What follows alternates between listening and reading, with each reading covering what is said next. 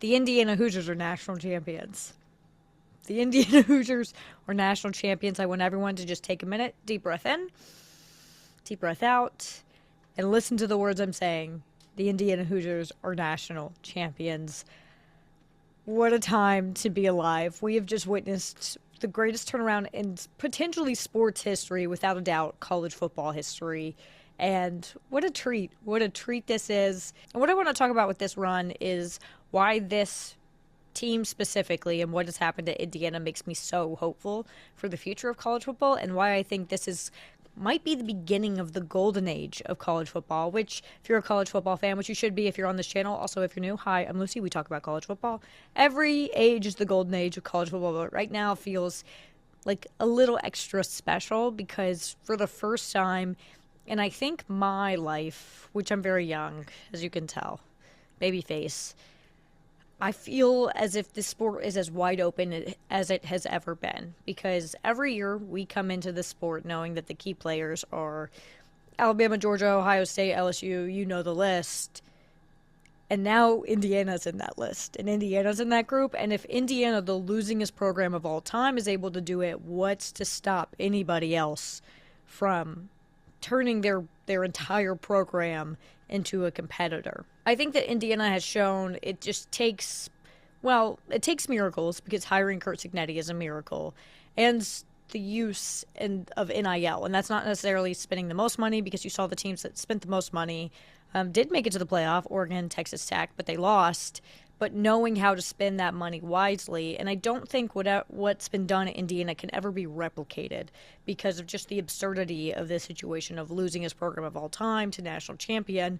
But I do think it can be mimicked, and I think it's something that can be learned from, where a team that may not consider themselves a traditional contender for college football can make one good hire. Doesn't need to be Kurt Cignetti good, just needs to be a good hire and know how to use NIL to the best ability of their program, not just spend the most money on the best players.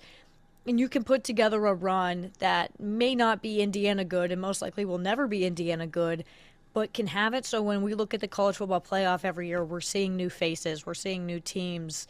It's not just an SEC world, an Alabama world.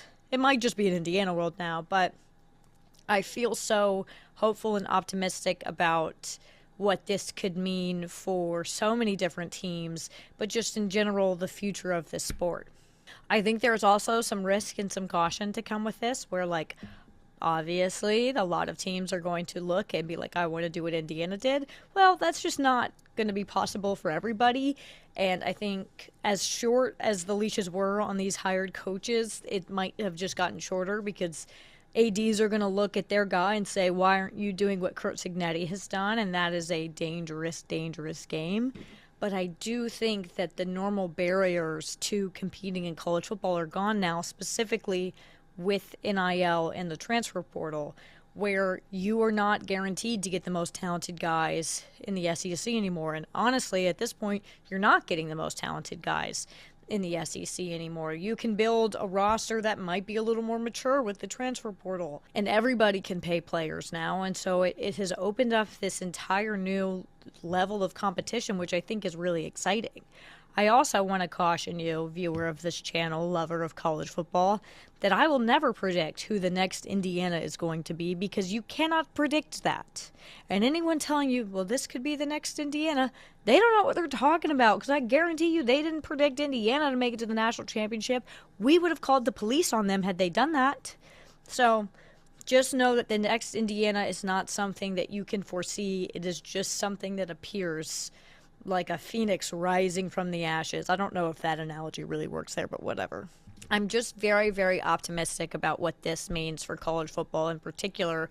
And I do think, as I just said, I will not predict the next Indiana, and I think that is a smart move on me, your girl, college degree. I do think that if there is something that I'm going to watch, it's going to be, how does this new coaching cycle look like, where we had as many hires as we've ever seen in an offseason this year. That's a lot of opportunity for the right hire to go to a school that has the right attitude about NIL, that has the right general manager, and see how that works for someone who isn't Indiana, who isn't Curt Cignetti. And so I look at this college football season, and I'm sure I'll put together a way too early top 25 at another point. It's never been harder to predict who is going to be that really, really good team because there's so many different factors, which I understand there are a lot of problems right now with that. If you think we have it bad, college basketball is letting NBA players play right now, which is literally insane. But as much damage as has been done with the transfer portal, and I will make another video talking about sort of the entire gist of what happened with Damon Williams, what's currently happening with Darian Mensah, and just the way that the portal has sort of become a kind of nightmare.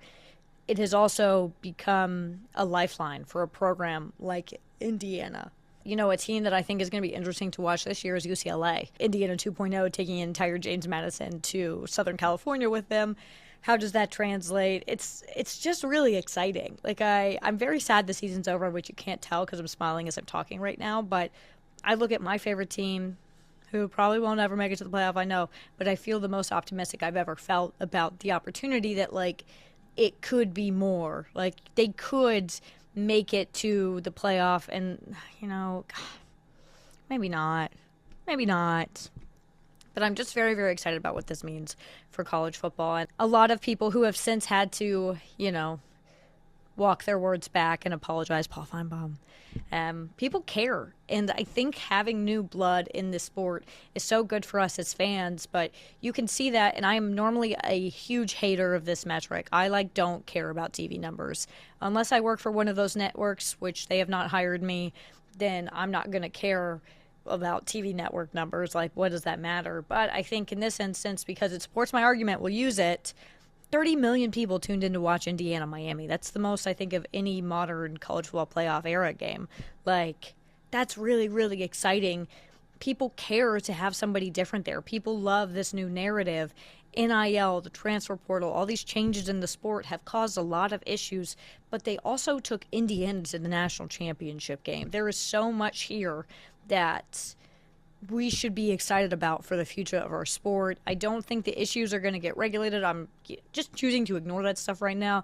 We have an 8-month off season. We can talk about all the downer stuff later, but I'm just really, really, really excited about what this means for college football, about what this means for programs who probably never thought they would sniff a national championship. And so I don't think what Indiana and Curt Cignetti have done will ever be replicated, and I'm not saying they're close to done. They put together an amazing transfer portal class that looks different than their previous ones because now they have the ability to go get all the talent and the resources that they want, which is crazy. But I just know that this specific Indiana example is one of one, but there will be similar situations. There will be teams who have found a way to just kind of meet the moment where it is and know how to use NIL correctly for what they are. There's no definition of what correct NIL use is, but there's a lot to be hopeful for. I think the sport is really in a good spot right now, and Indiana winning the national championship is something that we should all be really, unless you're a Purdue fan, something we should all be really excited we got to witness and be a part of.